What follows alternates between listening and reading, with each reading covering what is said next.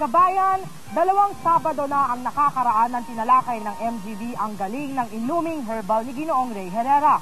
At dahil dito, marami ang nagdagsaan ng mga kababayan natin sa mismong tanggapan ni Ka-Rey para subukan ang inimbento nitong herbal na sinasabing nagpapagaling nga sa lahat ng uri ng sakit. Ngayong gabi, tulad ng aming ipinangako sa inyo, muling binalikan ng MGB ang Glow Herbal at narito ang aming follow-up report.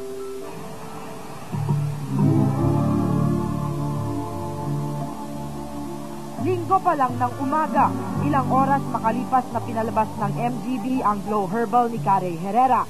Dinagsana ng tao ang bahay at opisina nito sa Santa Barbara Street, Gulod, Novaliches, Quezon City. Ang iba ay mula pa sa iba't ibang probinsya. Hindi ko nga inaasahan, ganito na pala karami. Sabi nila, yung mga nakawasak ko, hindi naman dati ganito. Nagkaganito na lang mula nung ma-expose na sa TV. Dahil lalong dumami yung mga tao. Meron pang araw galing abroad. 1,500 pesos 1 litro ang presyo ng Glow Herbal. Kaya't merong iba na nagreklamo dahil sa kamahalan nito. Hindi ako magkakaroon sana ng pagkakataon, medyo papababa ng konti. Lalo na yung medyo malalayo na talaga nag-aakaya ng panahon para hanapin itong lugar dahil maasa nga sila na matutulong, magagaling. Sana mabigyan ng pagkakataon. Pababa ng konti.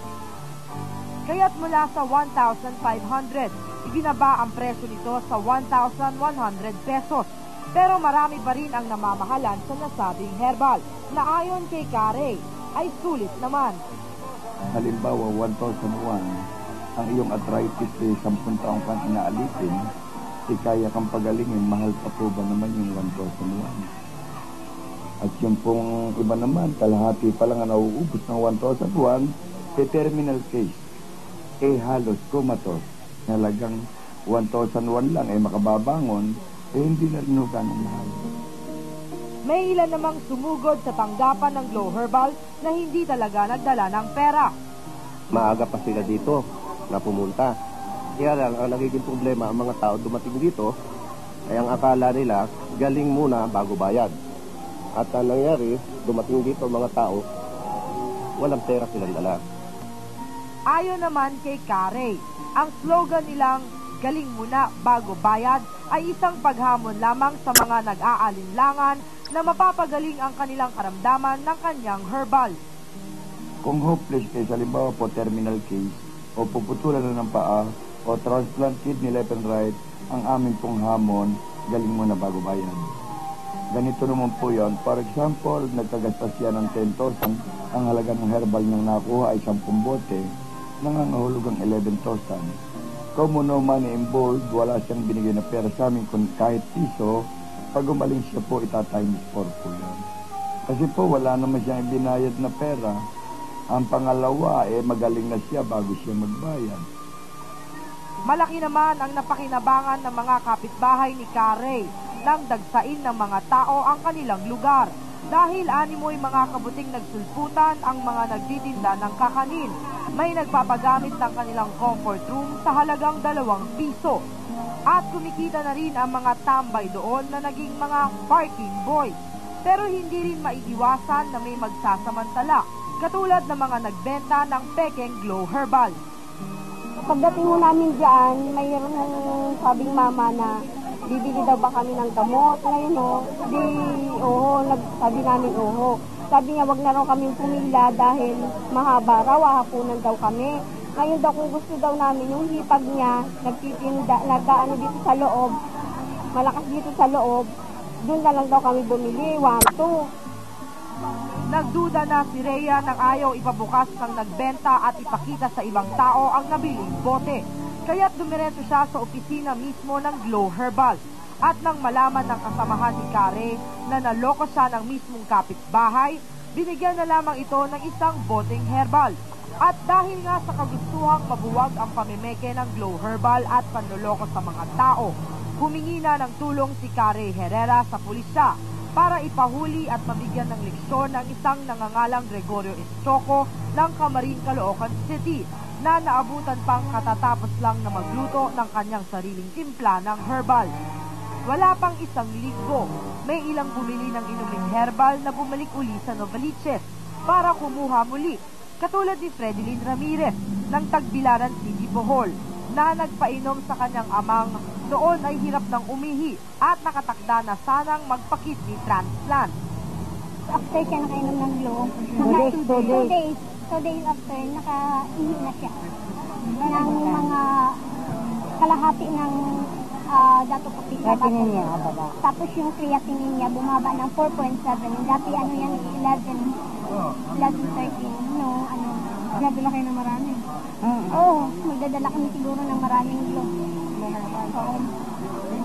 Para ano. Pero ngayon, ano muna, bili muna kami ng pang-consume niya this week.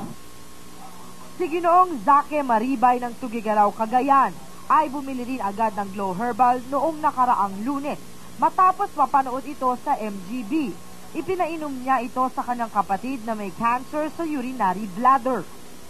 Sabi ng aking kapatid na nagbabantay doon sa aming may sakit, sabi na salamat sa Diyos at nakakaupo na yung aming pasyente at nanonood na ng TV, wala na siyang pain. So gusto ko masustain yung kanyang Glow Herbal requirement at pumarito ako uli sa Glow Herbal facility at nang makakuha pa ng supply baka sakali ako talagang tuloy-tuluyan na yung makagagamot ng aking paggaling. Si Ricky ay kumuha ulit ng herbal para sa kanyang inang halos comatose na tinanggihan na ng ospital. So ang sabi namin, wala kami hinihintay na rito pala, mamamatay na siya. Gumastos man kami malaking pera, maubos yung pera namin, hindi rin siya mabubuhay. So, tama-tama, may yung hipag ko sa Alabang, napanood niyo itong programa ng magandang gabi. Sabi niya, bakit dito sa Bukol, punta tayo ron. Kaya't kinalunesan, agad silang bumili ng Glow Herbal at yun ang ipinainom nila sa inang may sakit. Yun na lang iniinom niya, wala na iba. Ngayon, sabi ng pamangkin ko, yung nag-aalaga sa kanya, gumagaling daw.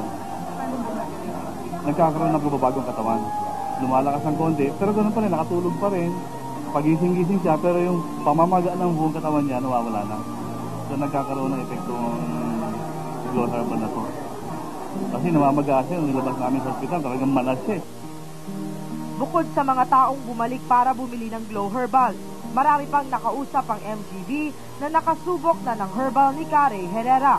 Sila man ay nagpatunay na pinagaling sila ng herbal na ito.